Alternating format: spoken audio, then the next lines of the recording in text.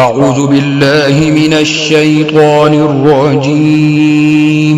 بسم الله الرحمن الرحيم. ومن يقنت منكن لله ورسوله وتعمل صالحا نؤتها أجرها مرتين وأعتدنا لها رزقا كريما. يا نساء النبي لستن كأحد من النساء إن اتقيتن فلا تخضعن بالقول فيطمع الذي في قلبه مرض وقلن قولا معروفا.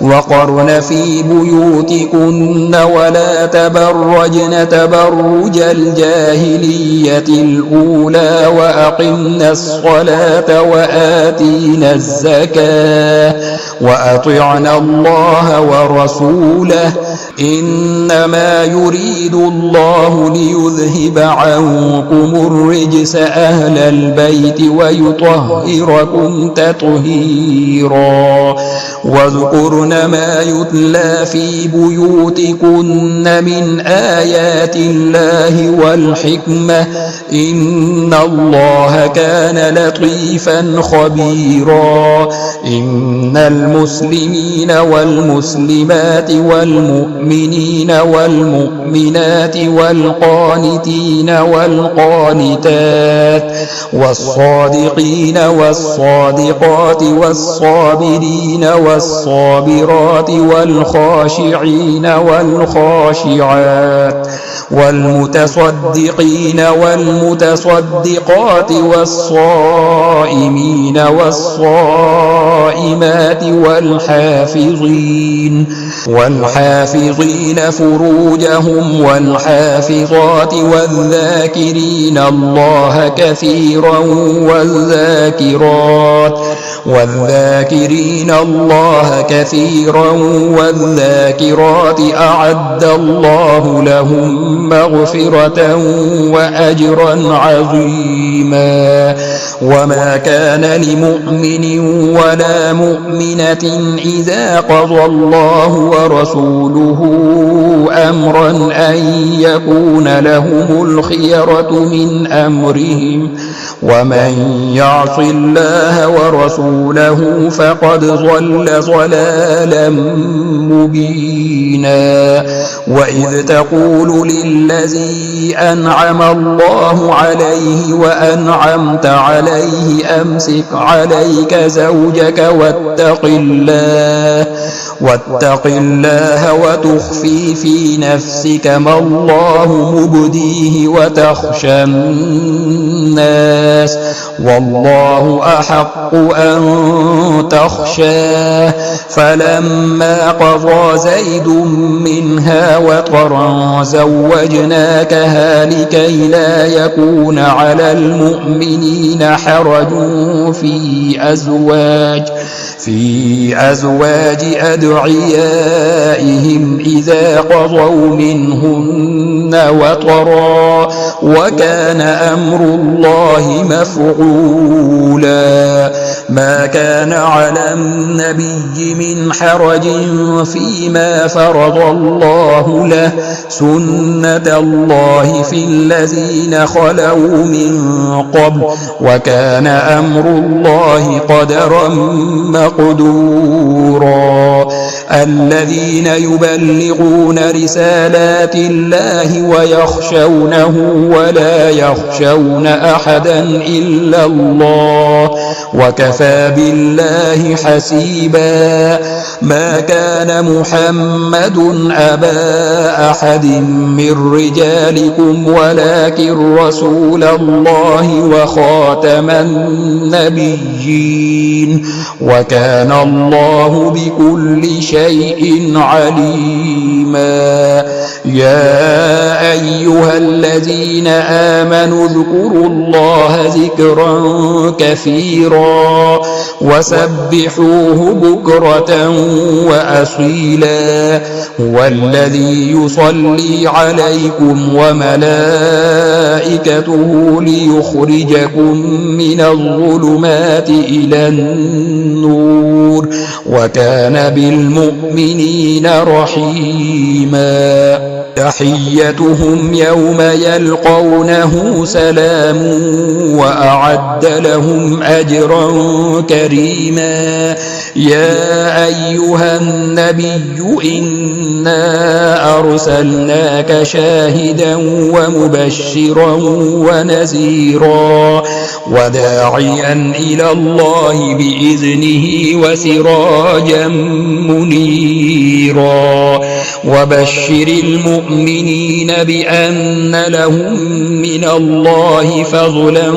كبيرا. ولا تطع الكافرين والمنافقين ودع أذاهم وتوكل على الله وكفى بالله وكيلا. يا أيها الذين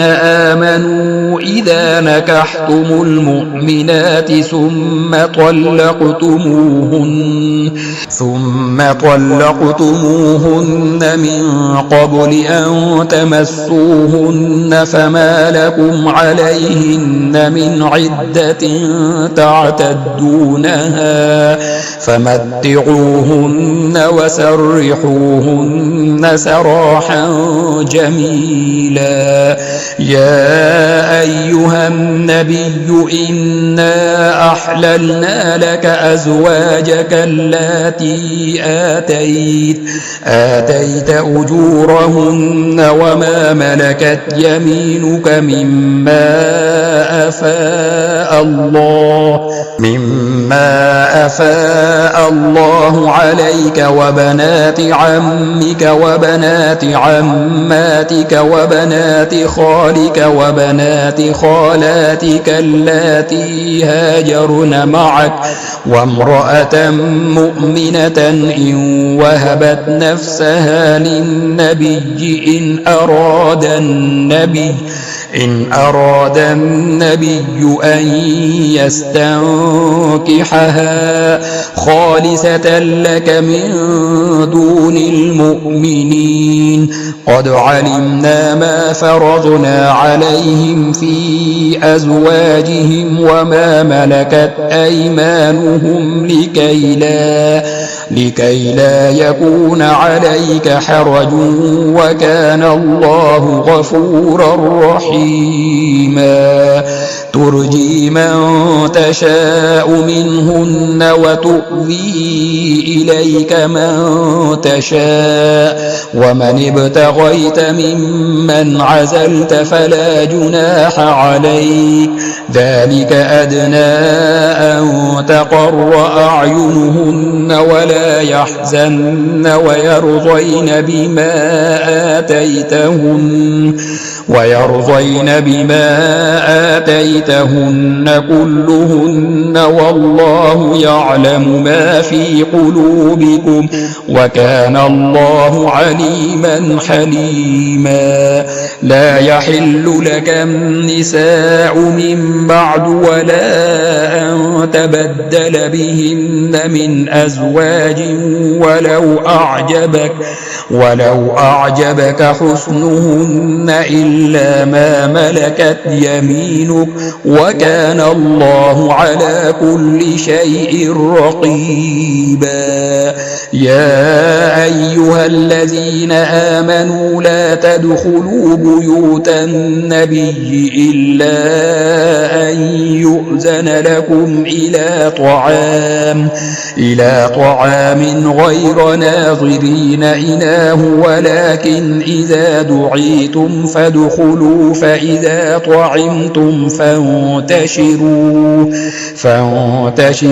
ولا مستأنسين لحديث إن ذلكم كان يؤذي النبي فيستحيي منكم والله لا يستحيي من الحق وإذا سألتموهن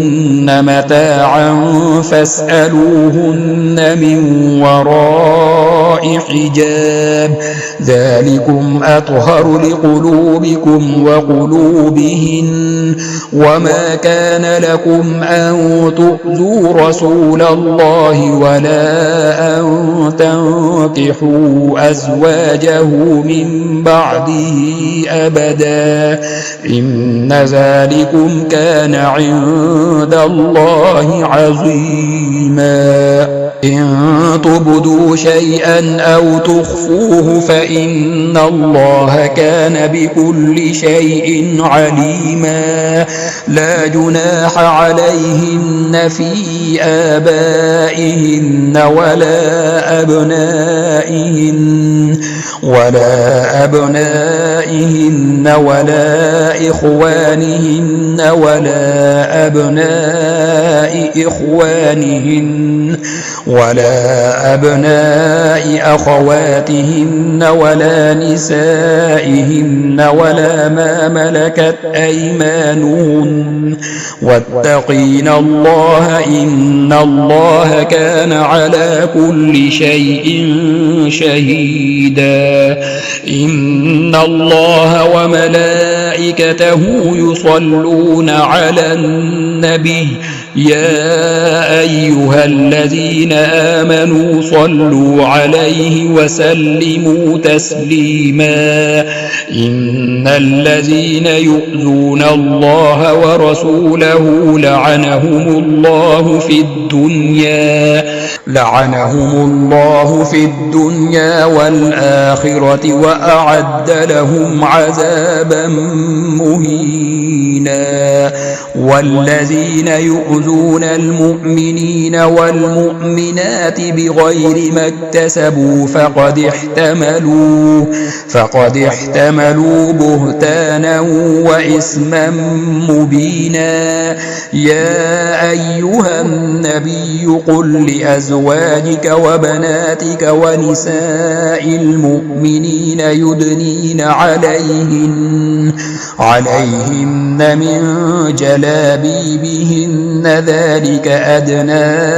أن يعرفن فلا يؤذين وكان الله غفورا رحيما لئن لم ينته المنافقون والذين في قلوبهم مرض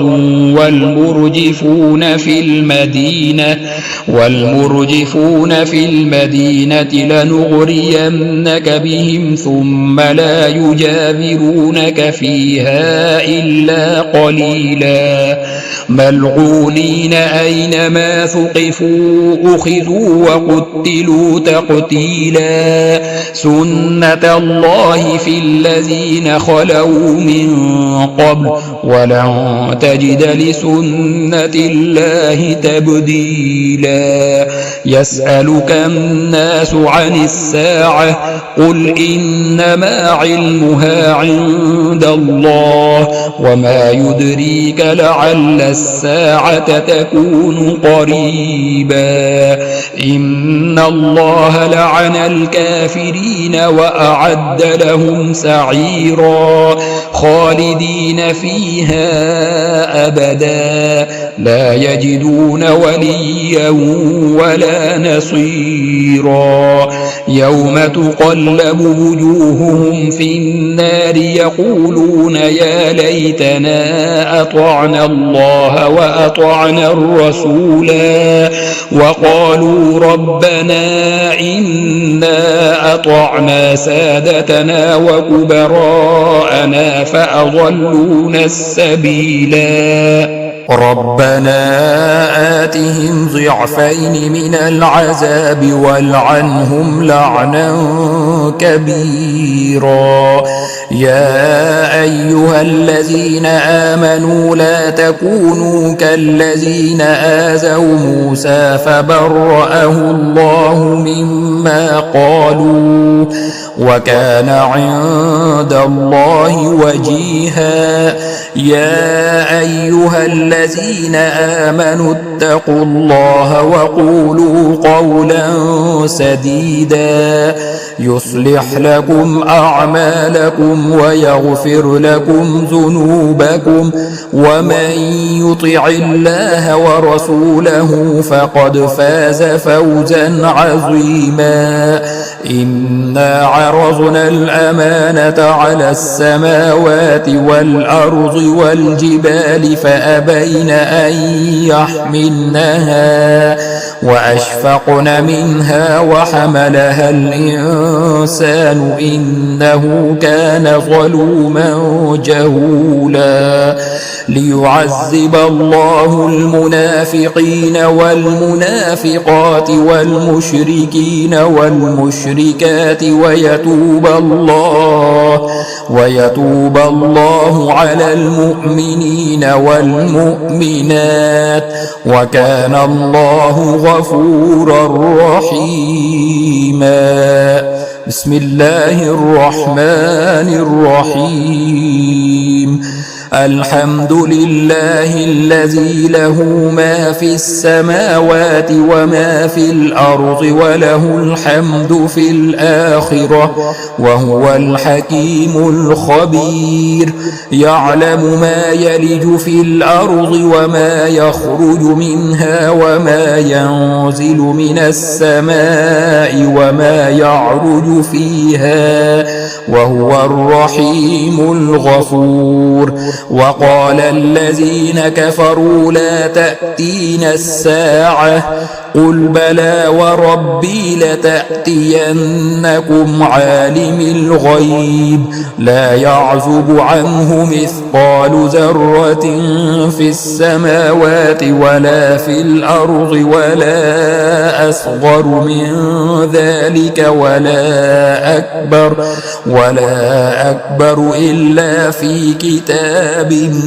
مبين ليجزي الذين آمنوا وعملوا الصالحات أولئك لهم مغفرة ورزق كريم والذين سعوا في آياتنا معاجزين أولئك لهم عذاب من رجز أليم ويرى الذين أوتوا العلم الذي أنزل إليك من ربك هو الحق ويهدي إلى صراط العزيز الحميد وقال الذين كفروا هل ندلكم على رجل ينبئكم إذا مزقتم كل ممزق إنكم لفي خلق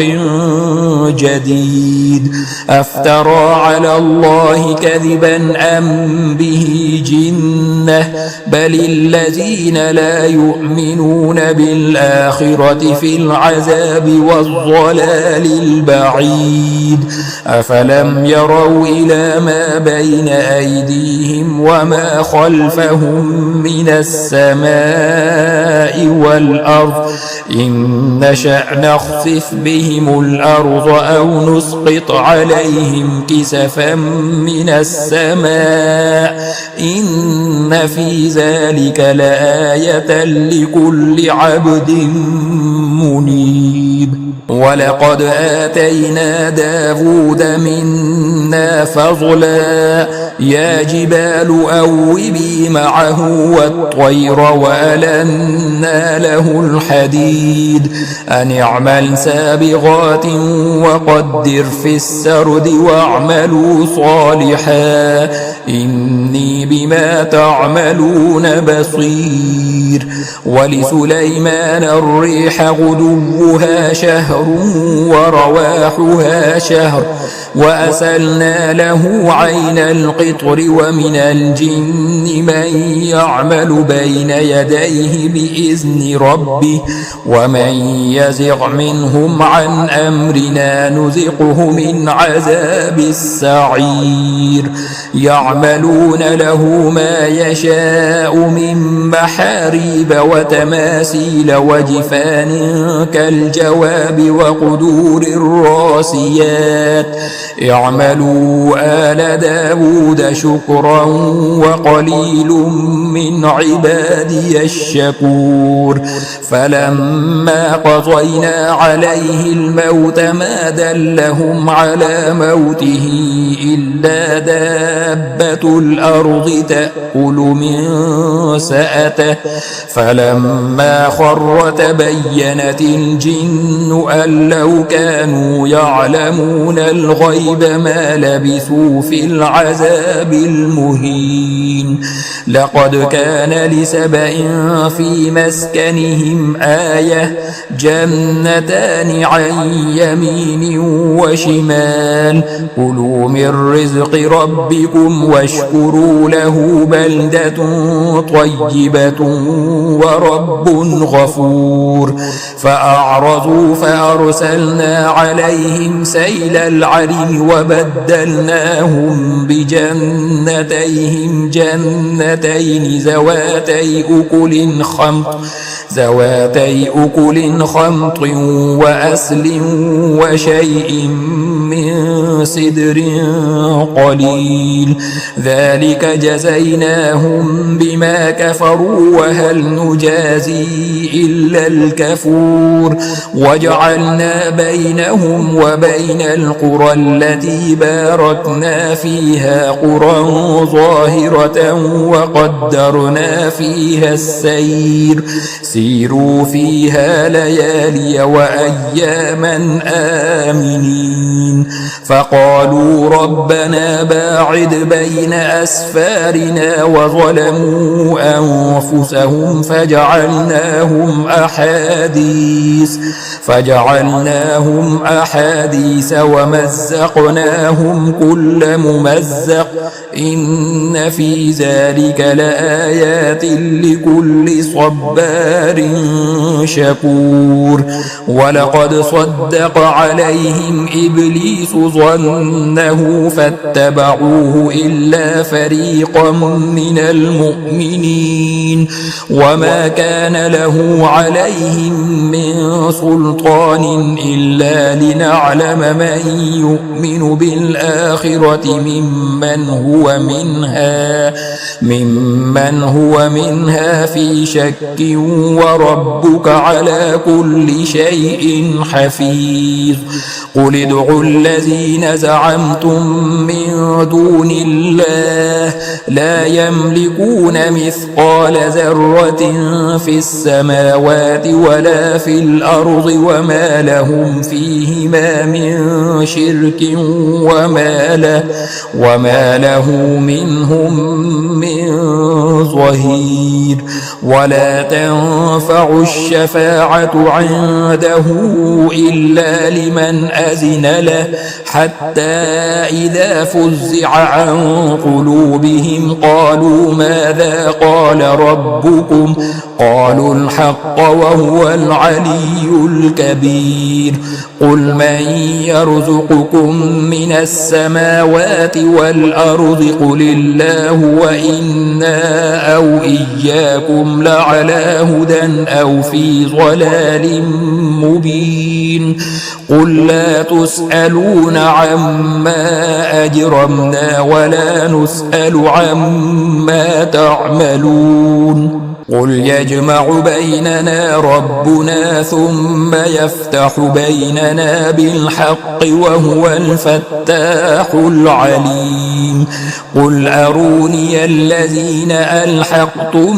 به شركاء كلا بل هو الله العزيز الحكيم وما أرسلناك إلا كافة للناس بشيرا ونذيرا ولكن أكثر الناس لا يعلمون ويقولون متى هذا الوعد إن كنتم صادقين قل لكم ميعاد يوم لا تستأخرون عنه ساعة ولا تستقدمون وقال الذين كفروا لن نؤمن بهذا القرآن ولا بالذي بين يديه ولو ترى إذ الظالمون موقوفون عند ربهم يرجع بعضهم إلى بعض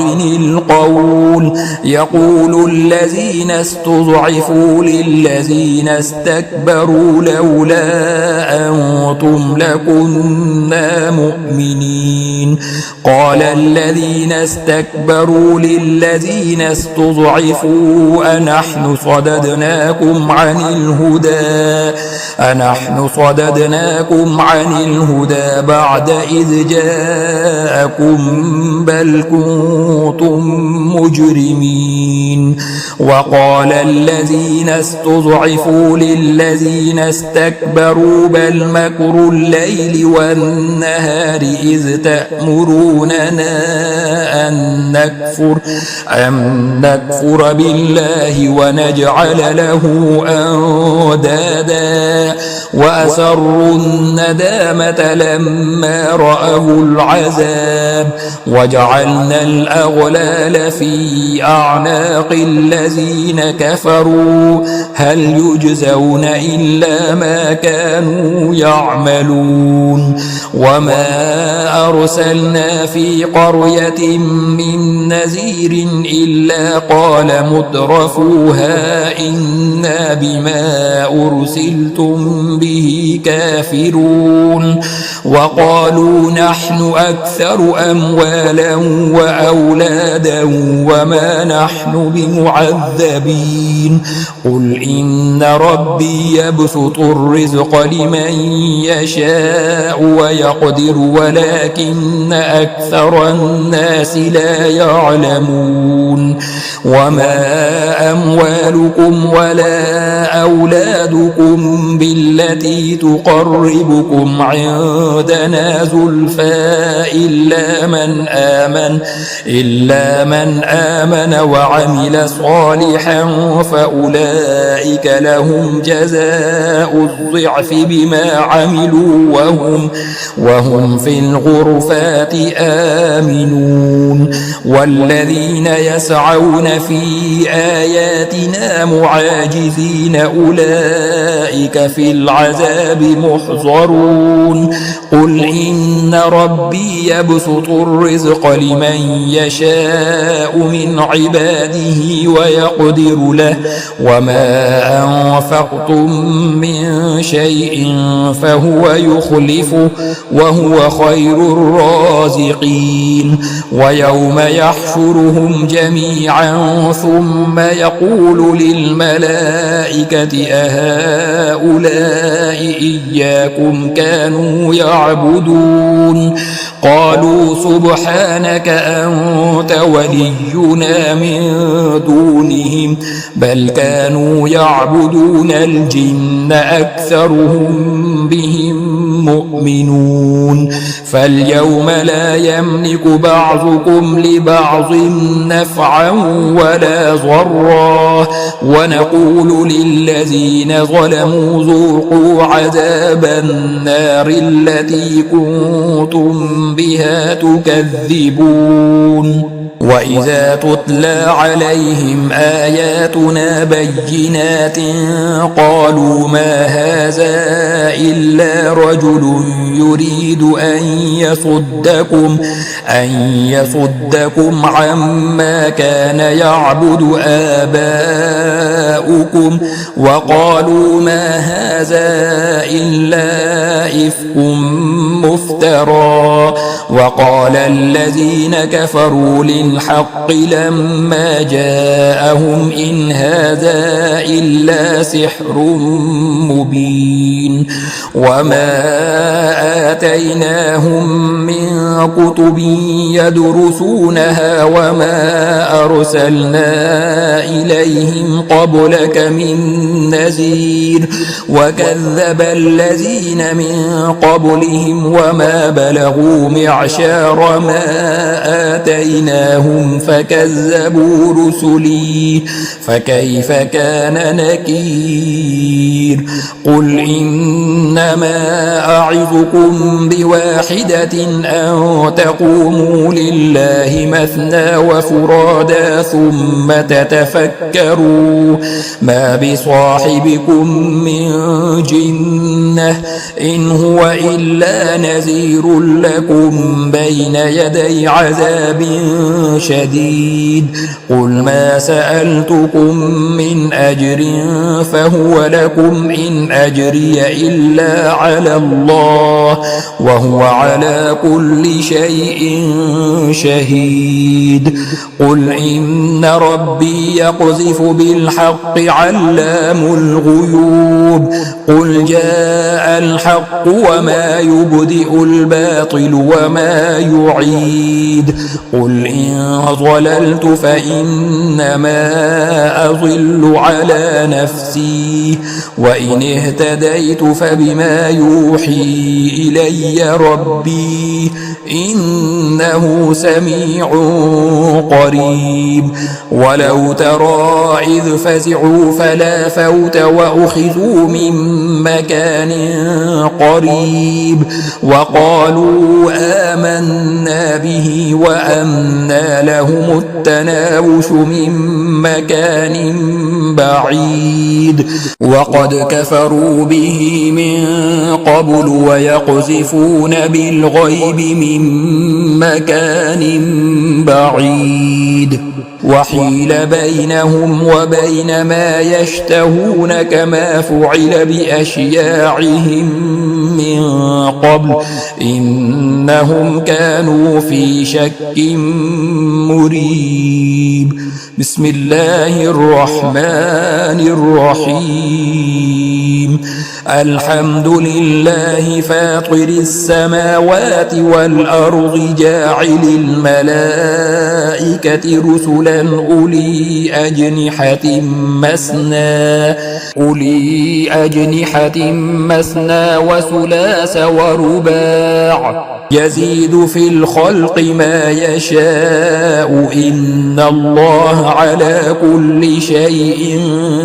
قدير ما يفتح الله للناس من رحمة فلا ممسك لها وما يمسك فلا مرسل له من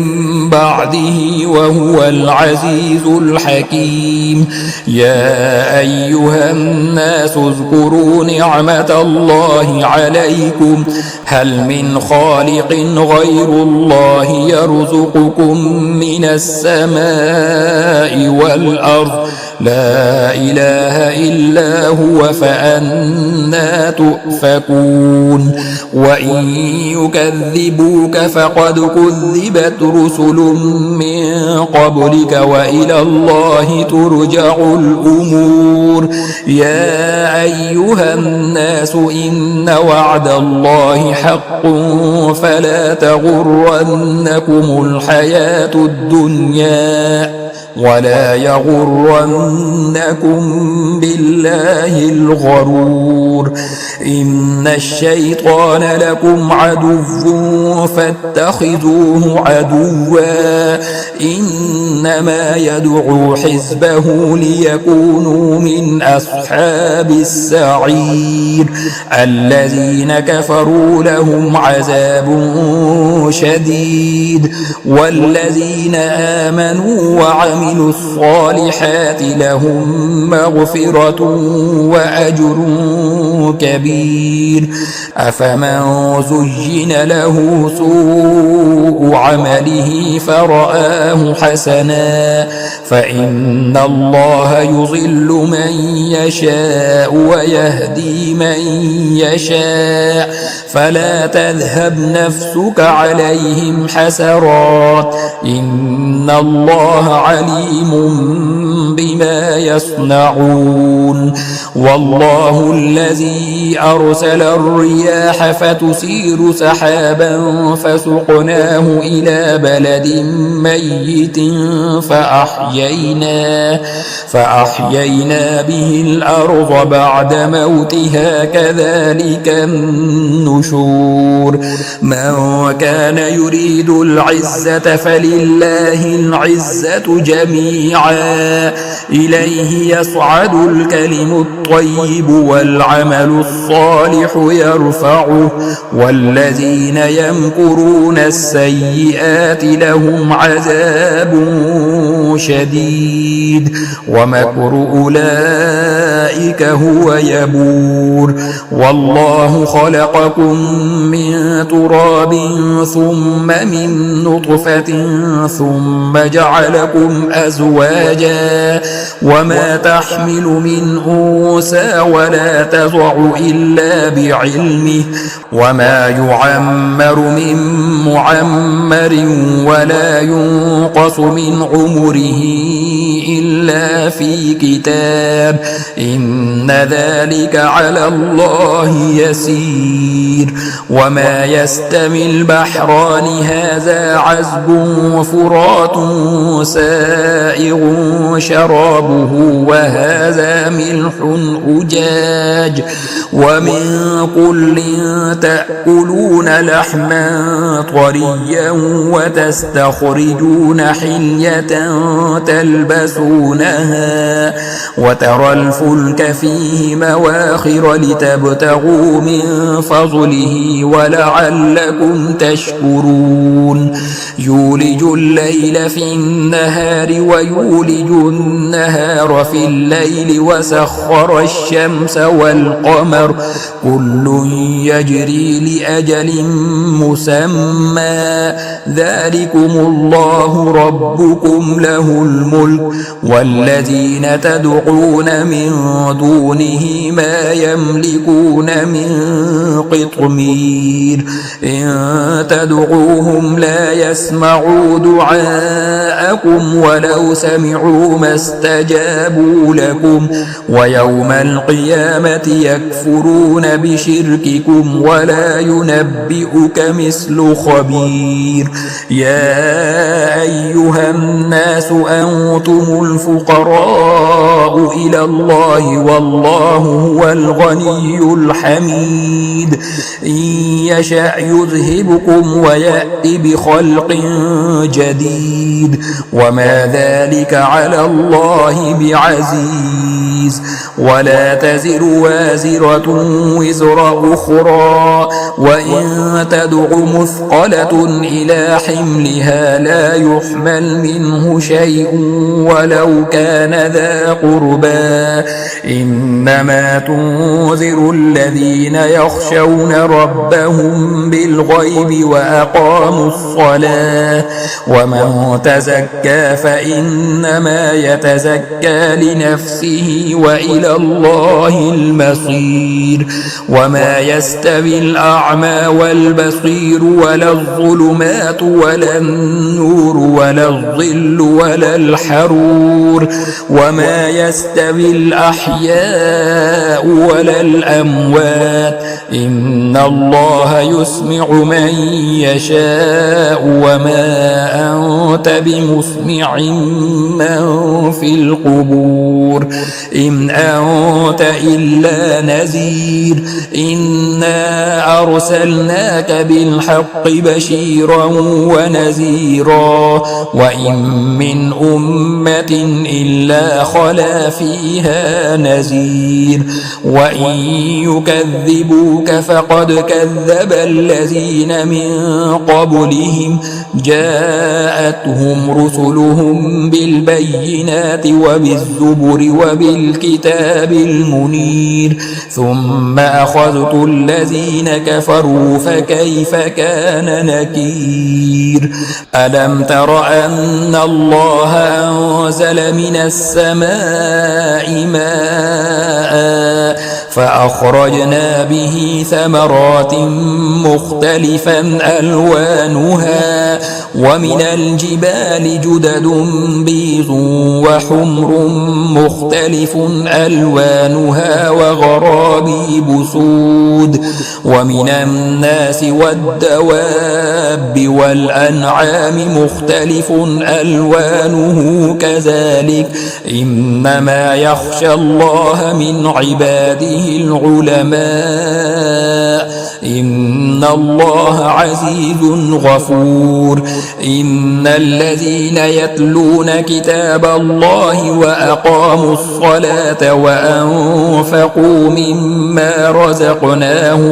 وأنفقوا مما رزقناهم سرا وعلانية يرجون تجارة لن تبور ليوفيهم أجورهم ويزيدهم من فضله إنه غفور شكور. والذي أوحينا إليك من الكتاب هو الحق مصدقا لما بين يديه إن الله بعباده لخبير بصير. ثم أورثنا الكتاب الذين اصطفينا من عبادنا فمنهم ظالم لنفسه ومنهم مقتصد ومنهم سابق بالخيرات بإذن الله ذلك هو الفضل الكبير. جنات عدن يدخلونها يحلون فيها من أساور من ذهب ولؤلؤا ولباسهم فيها حرير. وقالوا الحمد لله الذي أذهب عنا الحزن إن ربنا لغفور شكور. الذي أحلنا دار المقامة من فضله لا يمسنا فيها نصب ولا يمسنا فيها لغوب. والذين كفروا لهم نار جهنم لا يقضى عليهم فيموتوا ولا يخفف عنهم من عذابها كذلك نجزي كل كفور. وهم يصطرخون فيها ربنا أخرجنا نعمل صالحا غير الذي كنا نعمل أولم نعمركم ما يتذكر فيه من تذكر وجاءكم النذير فذوقوا فما للظالمين من نصير. إن الله عالم غيب السماوات والأرض إنه عليم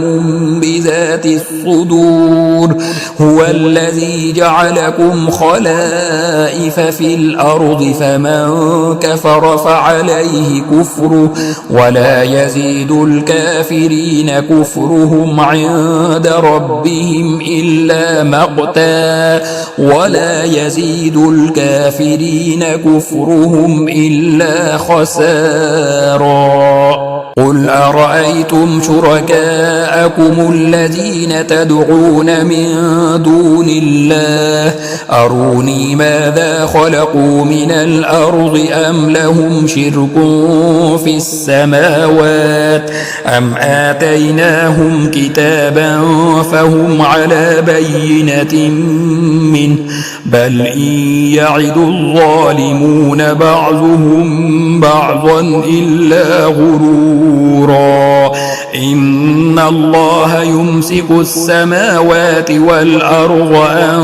تزولا ولئن زالتا إن أمسكهما من أحد من بعده إنه كان حليما غفورا. وأقسموا بالله جهد أيمانهم لئن جاءهم نذير ليكونن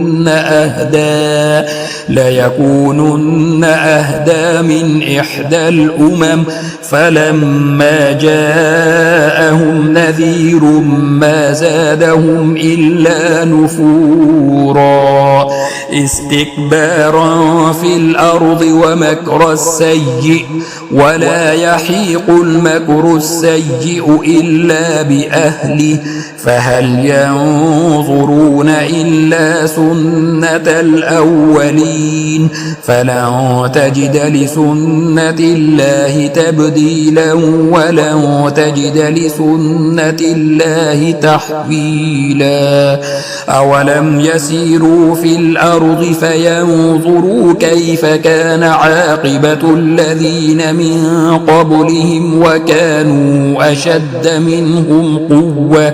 وما كان الله ليعجزه من شيء في السماوات ولا في الأرض إنه كان عليما قديرا. ولو يؤاخذ الله الناس بما كسبوا ما ترك على ظهرها من دابة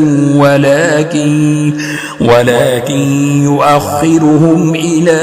أجل مسمى فإذا جاء أجلهم فإن الله كان بعباده بصيرا. بسم الله الرحمن الرحيم ياسين والقرآن الحكيم إنك لمن المرسلين على صراط مستقيم تنزيل العزيز الرحيم لتنذر قوما ما أنذر آباؤهم فهم غافلون لقد حق القول على أكثرهم فهم لا يؤمنون إنا جعلنا في أعناقهم أغلالا فهي إلى الأذقان فهم مقمحون وجعلنا من بين أيديهم سدا ومن خلفهم سدا فأغشيناهم فهم لا يبصرون وسواء عليهم أأنذرتهم أم لم تنذرهم لا يؤمنون إنما تنذر من اتبع الذكر وخشي الرحمن بالغيب فبشره بمغفرة وأجر كريم إنا نحن نحيي الموتى ونكتب ما قدموا وآثارهم وكل شيء أحصيناه في إمام مبين واضرب لهم مثلا أصحاب القرية إذ جاءها المرسلون إذ أرسلنا إليهم 2 فكذبوهما فعززنا بثالث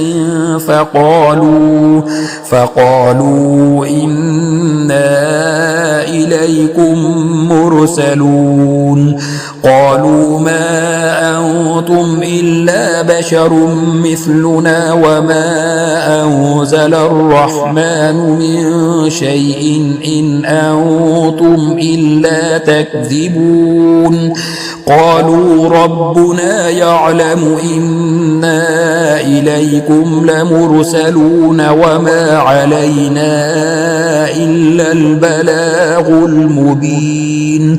قالوا إنا تطيرنا بكم لئن لم تنتهوا لنرجمنكم وليمسنكم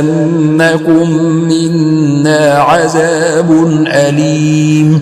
قالوا طائركم معكم أئن ذكرتم بل أنتم قوم مسرفون وجاء من أقصى المدينة رجل يسعى قال يا قوم اتبعوا المرسلين اتبعوا من لا يسألكم أجرا وهم مهتدون